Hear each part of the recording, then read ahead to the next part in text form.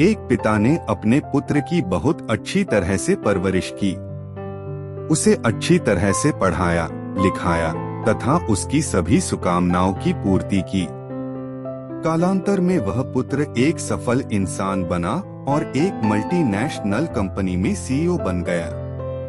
उच्च पद, अच्छा वेतन, सभी सुख सुविधाएं उसे कंपनी की ओर से प्रदान की गई। समय गुजरता गया, उसका विवाह एक सुलक्षणा कन्या से हो गया और उसके बच्चे भी हो गए।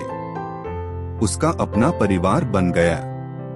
पिता अब बूढ़ा हो चला था। एक दिन पिता को पुत्र से मिलने की इच्छा हुई और वो पुत्र से मिलने उसके ऑफिस में गया। वहां उसने देखा कि उसका पुत्र एक शानदार ऑफिस का अधिकारी बना हुआ है। उसके ऑफिस में सैकड़ों कर्मचारी उसके अधीन कार्य कर रहे हैं।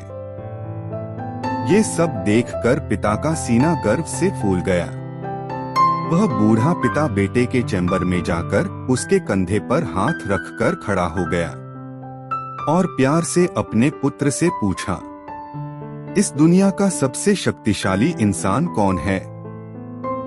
पुत्र ने पिता को बड़े प्यार से हंसते हुए कहा, मेरे अलावा कौन हो सकता है पिताजी। पिता को इस जवाब की आशा नहीं थी।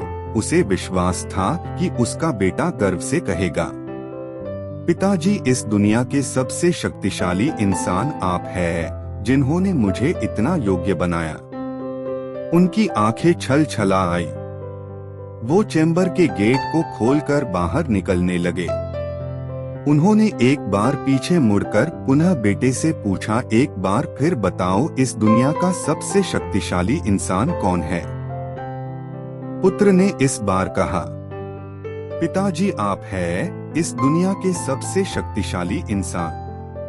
पिता सुनकर आश्चर्यचकित हो गए। उन्होंने कहा, अभी तो तुम अपने आप को इस दुनिया का सबसे शक्तिशाली इंसान बता रहे थे, अब तुम मुझे बता रहे हो। पुत्र ने हंसते हुए उन्हें अपने सामने बिठाते हुए कहा, पिताजी, उस समय आपका हाथ मेरे कंधे पर था। जिस पुत्र के कंधे पर या सिर पर पिता का हाथ हो, वो पुत्र तो दुनिया का सबसे शक्तिशाली इंसान ही होगा ना। बोलिए पिताजी। पिता की आंखें भर आई। उन्होंने अपने पुत्र को कस करके अपने गले लगा लिया। सच है, जिसके कंधे पर या सिर पर पिता का हाथ होता है, वो इस दुनिया का सबसे शक्तिशाली इंसान होता है।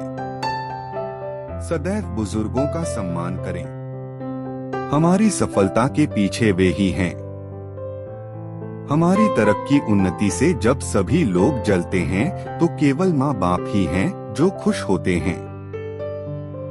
अगर आपको हमारे वीडियो पसंद आ रहे हैं तो प्लीज लाइक करें, शेयर करें, कमेंट करें और चैनल को सब्सक्राइब करना न भूलें।